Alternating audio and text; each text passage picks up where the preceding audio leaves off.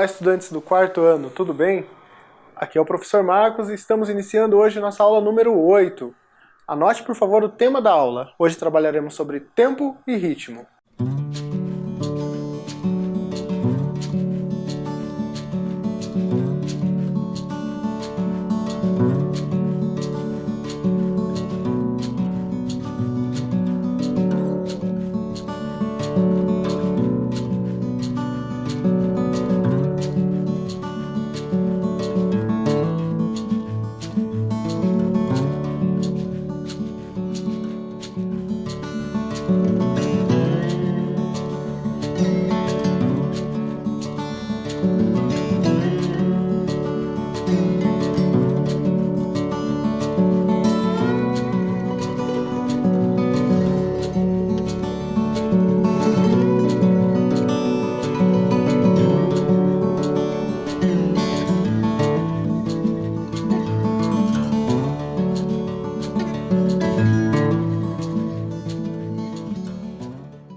Vamos seguindo aqui. Para essa aula você precisará dos seguintes materiais: o caderno de arte ou algumas folhas separadas, o lápis de escrever, borracha, lápis de cor ou outros materiais como giz de cera, canetinha, certo? Eu vou dar um tempinho para você recolhendo esse material e daqui a um pouco a gente retorna.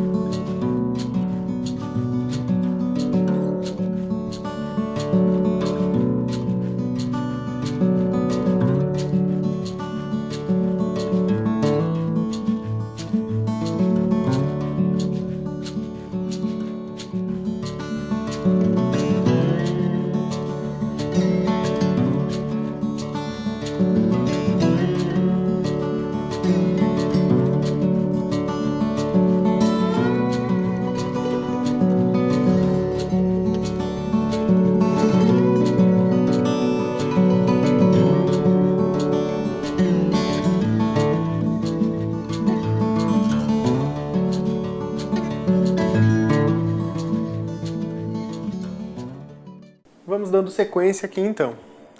Então o tempo. Vou fazer uma definição mais superficial sobre o tempo, né? Afinal, é só para a gente entender melhor o conceito de ritmo, né? O que é o tempo? A gente se pergunta. Eu vou falar de duas características do tempo, tá? Por exemplo, que dia é hoje? Que horas é agora?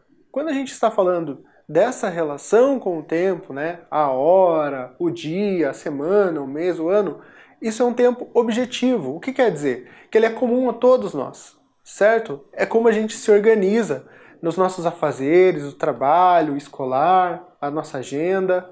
Isso é um tempo que é comum a todos. Quando a gente pensa em tempo subjetivo, quer dizer que é um tempo que é mais pessoal.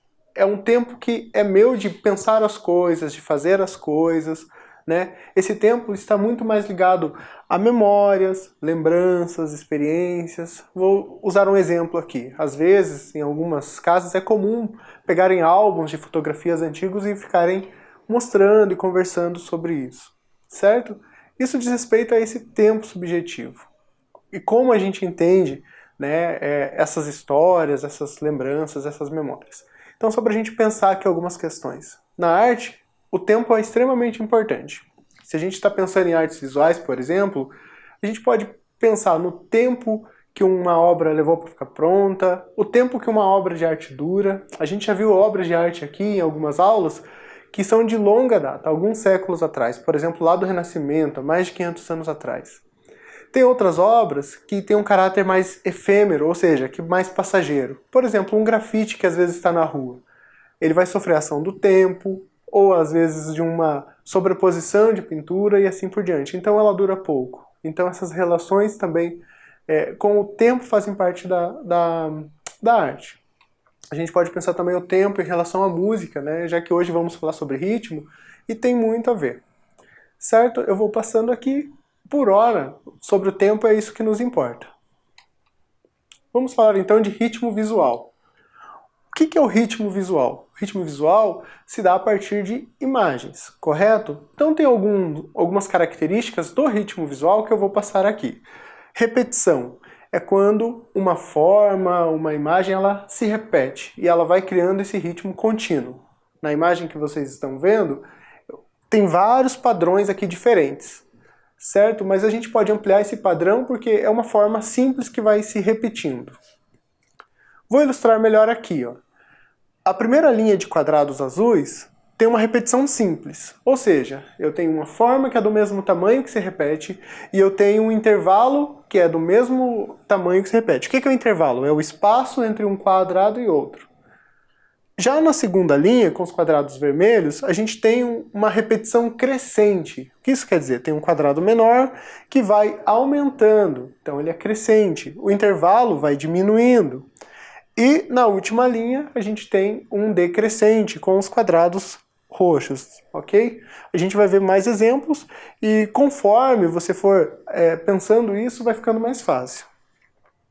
Aqui um exemplo de alguma coisa que tem em casa, né? Por exemplo, um berço. Tem um ritmo a partir da repetição do berço? Se a gente pensar nessas laterais, que tem essa forma vertical que vai se repetindo, e esse intervalo, né, que é o espaço vazado, digamos assim, isso determina um ritmo para esse móvel. Os quadros que estão na parede têm um ritmo? Também tem um ritmo. Então isso foi pensado para funcionar dessa maneira. Comece já a pensar na sua casa o que mostra, né, esse tipo de ritmo. Outra característica do ritmo visual é a alternância. O que é a alternância? O que se alterna? É aquela coisa que muda, né? Aqui a alternância se dá principalmente pela altura da forma e pelas cores que vão mudando. Isso aqui é um gráfico que representa sons. A gente vai falar de sons também mais para frente. Aqui novamente com o esquema de quadrados. Na primeira alternância nós temos a forma igual e o que alterna é o intervalo, ou seja, o espaço. Eu tenho um espaço menor nas duas primeiras e aí de cada grupo eu tenho um espaço maior. Então a alternância é do intervalo. No segundo exemplo, na segunda linha, a alternância é da forma. Então eu tenho um quadrado maior e um quadrado menor, mas o intervalo é regular, é o mesmo. E no último eu tenho uma alternância tanto da forma quanto do intervalo. Isso aqui na prática, né? Na arquitetura de uma forma geral, ou seja, nas casas, nos prédios, a gente consegue perceber o ritmo também. Aqui a alternância se dá principalmente pela mudança de cores e também esse intervalo que tem um vidro que está mais à frente que é colorido e um vidro que é mais atrás, né? Que não tem cor. Mais uma característica do ritmo visual, a progressão. Então, progressivamente, a forma preta vai sumindo. Então é uma progressão aqui linear. Aqui nós temos uma outra forma de progressão. Percebem que nos cantos a gente tem pequenos círculos e eles são menores e em menor quantidade e eles vão se acumulando no centro da imagem, mais ou menos na horizontal. Então isso quer dizer que eu tenho uma progressão dessa forma em direção ao centro.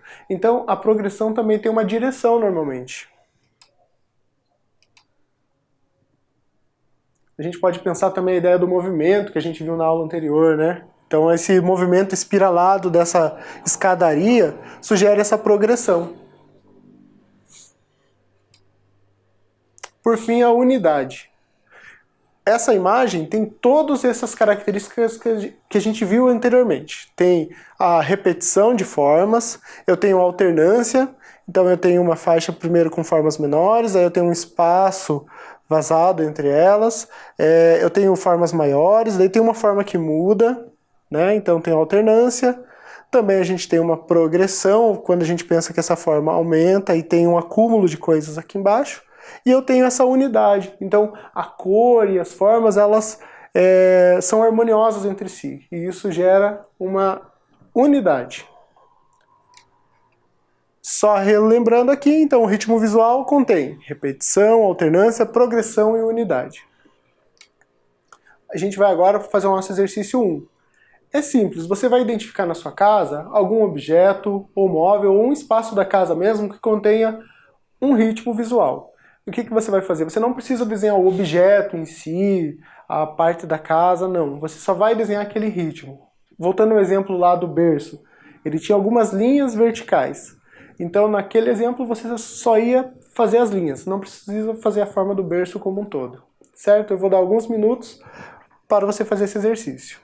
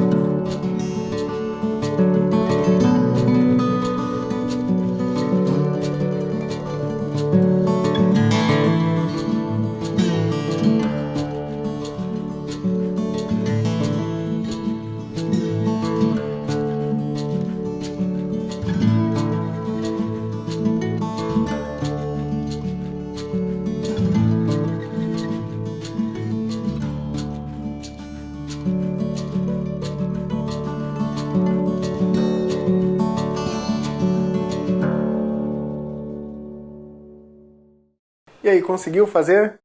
Percebeu que tipo de ritmo predomina no objeto que você escolheu? Pode ir olhando outras coisas e depois explorando mais esse exercício, tá? A gente vai dar seguimento aqui na aula. Agora a gente vai para o ritmo sonoro. Então eu vou também determinar aqui algumas características do ritmo sonoro. A primeira delas é o pulso. Então eu trouxe uma representação gráfica aqui para a gente entender melhor. Eu tenho uma linha horizontal que é o tempo, corresponde ao tempo. E eu tenho algumas setas aqui para cima que correspondem a uma marcação. Essa marcação é o que a gente chama de pulso. Quando a gente ouve, por exemplo, o tic-tac do relógio, aquilo não é exatamente um ritmo. Aquilo é um pulso, porque ele é constante, certo? Então a marcação, o pulso, ele é constante. Além do pulso ser constante, ele também tem uma velocidade. E a velocidade do pulso é chamada de andamento. Eu tenho aqui, então, 3 gráficos da mesma maneira. Eu só mudei a cor só para a gente visualizar melhor. Mas, no primeiro, eu tenho um intervalo maior entre uma marcação e outra. No segundo, eu já tenho uma marcação menor. Ou seja, então eu tenho um andamento mais rápido. E no terceiro, um médio entre eles. Nem tão lento e nem tão rápido. Então, para determinar se um pulso é rápido ou lento, eu sempre preciso comparar ele a outro, certo? Tem um equipamento que serve exclusivamente para marcar o pulso, é o metrônomo. Esse aqui é uma imagem de um metrônomo mais antigo, ele é analógico, então ali a gente tem inclusive o registro do movimento do pêndulo, tem algumas coisas escritas nele que são referentes à velocidade. Então, quanto mais rápido for o pulso, ele vai ter um nome, e quanto mais lento ele vai ter outro nome. Hoje em dia, a gente também tem esse pulso em aplicativos de celular. Eu baixei um aqui, tem vários, tem alguns que são gratuitos, outros são cobrados, mas só pra gente ouvir um pouquinho.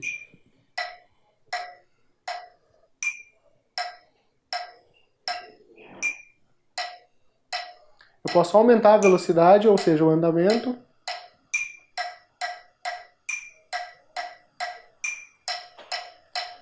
Embora seja regular, nesse som que eu escolhi aqui, o tempo 1, numa contagem de 4, ele tem um sonzinho diferente, um pouquinho mais agudo. Tá? Mas normalmente o pulso não precisa ser com um som diferente. A repetição. Repetição acontece então no ritmo visual também. E não é diferente aqui. Quando a gente vai falar de ritmo, a gente daí já começa a falar de batidas, isso no ritmo sonoro, certo? Então eu continuo tendo o tempo, eu continuo tendo o pulso, e sobre esse pulso eu começo a ter uma batida. Aqui está representada por um círculo vermelho. Então como que funciona isso? Sobre o pulso eu tenho uma batida. Eu vou usar aqui uma batida no meu peito para exemplificar. Então a gente tem o pulso, eu vou pôr novamente aqui o metrônomo.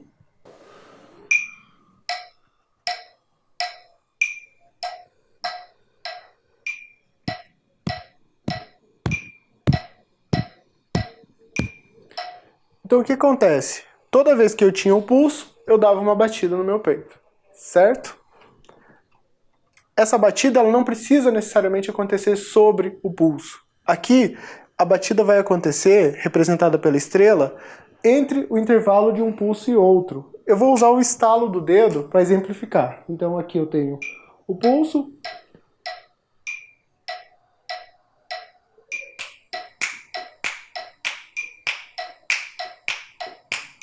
Isso é o que a gente chama de contratempo. E já é uma forma de alternância. Se a gente juntar os dois, fica assim.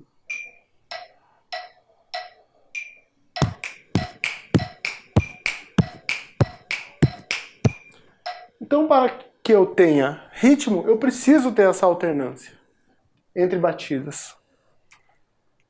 Vou completar aqui para a gente ter o nosso ritmo base. Agora eu determinei que o círculo vai ser uma batida no peito, a estrelinha, que é constante aqui, vai ser o nosso contratempo, e em vez de ter mais uma batida no peito aqui, como a gente estava fazendo no começo, eu vou mudar para uma palma. Fica assim, ó. Um peito e uma palma. Um peito e uma palma. Só que a gente põe o estalo entre um e outro. Então, peito, estalo, a palma, o estalo de novo.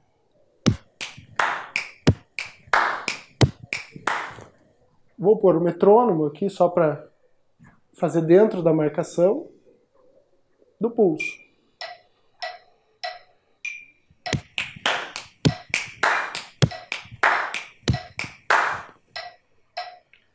Muito bem, nós temos aqui o nosso ritmo base e 3 linhas.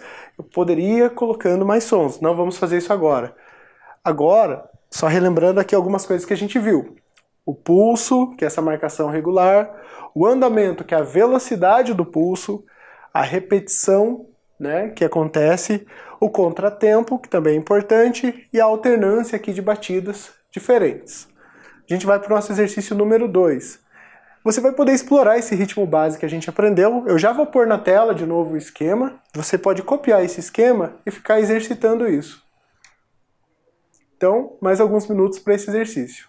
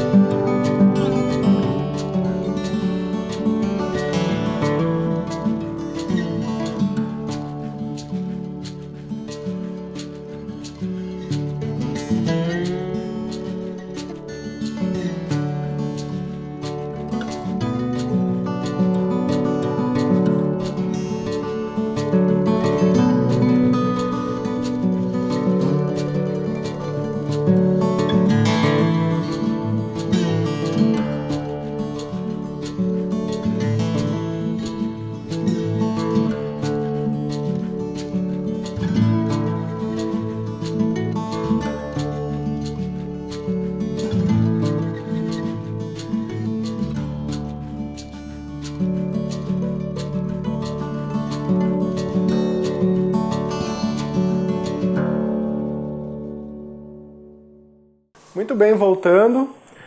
Esse exercício é bem divertido de fazer. A gente pode começar a pensar em outras possibilidades. Inclusive, a gente pode fazer ele em qualquer lugar, né? Não importa o momento, é uma coisa legal. A gente vai dar seguimento aqui na aula. Vou falar agora mais especificamente de um artista, né? O nome dele é Kandinsky. E a sinestesia. O que vem a ser a sinestesia eu já explico. Esse aqui é o artista, ele é um artista russo. Ele nasceu em 1866 e morreu em 1944.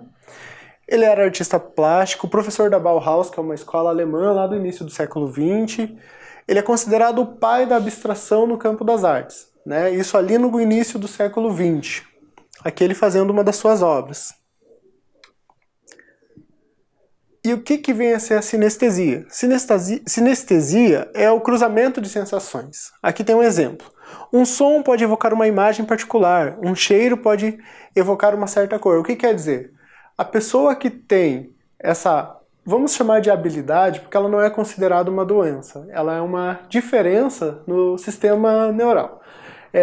A pessoa que tem sinestesia, quando ela ouve um determinado som, ela pode também enxergar associado àquele som uma cor.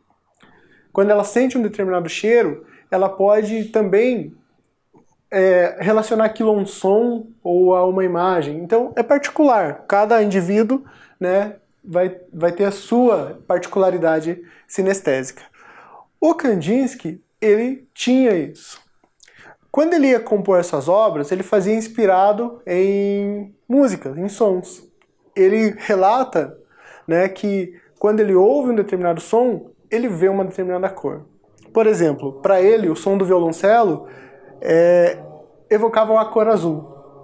Ao passo que o som do violino, ele tocava o violino, ficava próximo aos sons de verde. Então essa pintura dele, chamada improvisação, é inspirada nos sons que ele ouvia.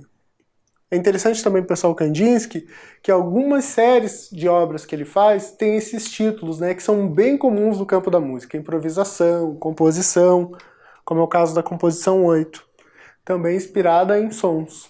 Então, isso aqui a gente pode pensar como passos para uma forma de registro gráfico, né, alternativo, que não é a partitura. Que é muito comum, né, no uso da escrita tradicional de música. Então aqui é uma forma alternativa de registrar os sons.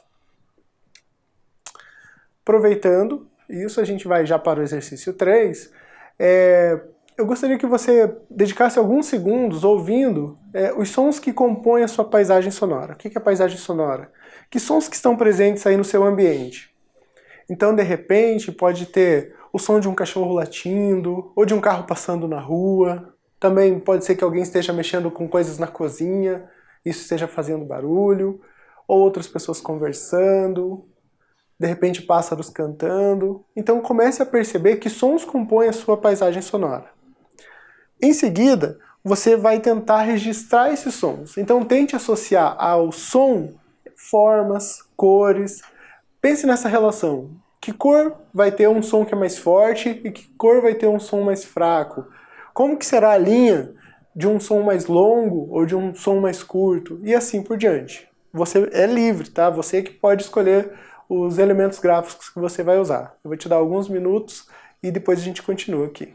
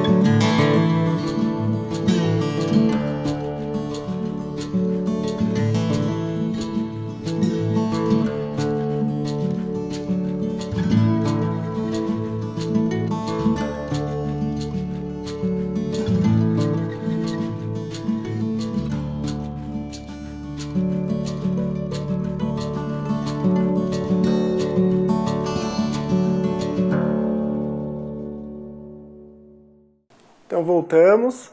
Como que foi fazer esse exercício? Se não deu tempo, não tem problema, você pode repetir esse exercício outras vezes, até porque a paisagem sonora ela muda a cada momento, né? Ela é uma coisa aleatória, ela sempre vai acontecer diferente também. Bom, agora vamos falar um pouquinho mais sobre música corporal. A gente já fez o exercício lá atrás sobre aquele ritmo base, né? A gente vai tentar ampliar um pouco essa ideia. Então eu trouxe aqui uma imagem que representa como explorar esses sons. Aqui no exemplo nós temos duas mãos sempre aqui batendo palmas. Quantos tipos de palmas diferentes a gente pode bater? Vejam, no primeiro exemplo, as mãos estão como conchas e cruzam, né? Os polegares se encaixam. No segundo exemplo, é chamada palma estrela. Os dedos estão abertos e você bate com a mão espalmada. Então, são diferentes esses sons, correto? No terceiro exemplo, são 4 dedos sobre a palma da mão. Mais uma variação aqui de palmas. E no último você usa apenas os dedos, então é um som mais fraco. Correto? O peito também. Você pode bater com uma mão, como a gente estava fazendo, ou você pode alternar. O ideal é você explorando isso, alternando, misturando com outros sons. O som do peito é um som mais grave, assim como vai ser o som no tronco e até nas pernas, né? Então, ir procurando esses sons, como é o caso aqui, ó, batendo nas coxas. O estalo do dedo, né? Normalmente uma mão é mais hábil que a outra, então tem que praticar para sair o mais próximo possível. Os sons com a boca. O certo também é deixar a mão mais mole, mais solta, para que o som flua. Você pode bater nas bochechas também, e aí por diante. Você pode jogar um som dentro da boca com a palma. A sua boca vai funcionar como uma caixa acústica. E o som dos pés, tá? Então, explore o máximo possível de sons, perceba que timbres diferentes o seu corpo oferece. Voltando àquele esquema que a gente fez do ritmo base, então só lembrando, nós tínhamos uma batida para o peito, o estalo sempre no contratempo e uma batida na palma. Mudou alguma coisa aqui? Muito bem. No terceiro pulso aqui, a gente tem uma outra forma. Eu pus um coração ali. Aqui eu fiz um esquema que mostra um valor para cada símbolo. Então, por exemplo, o círculo vai ser sempre uma batida dentro daquele pulso. O coração são 2 batidas. Então a gente tinha lá 1.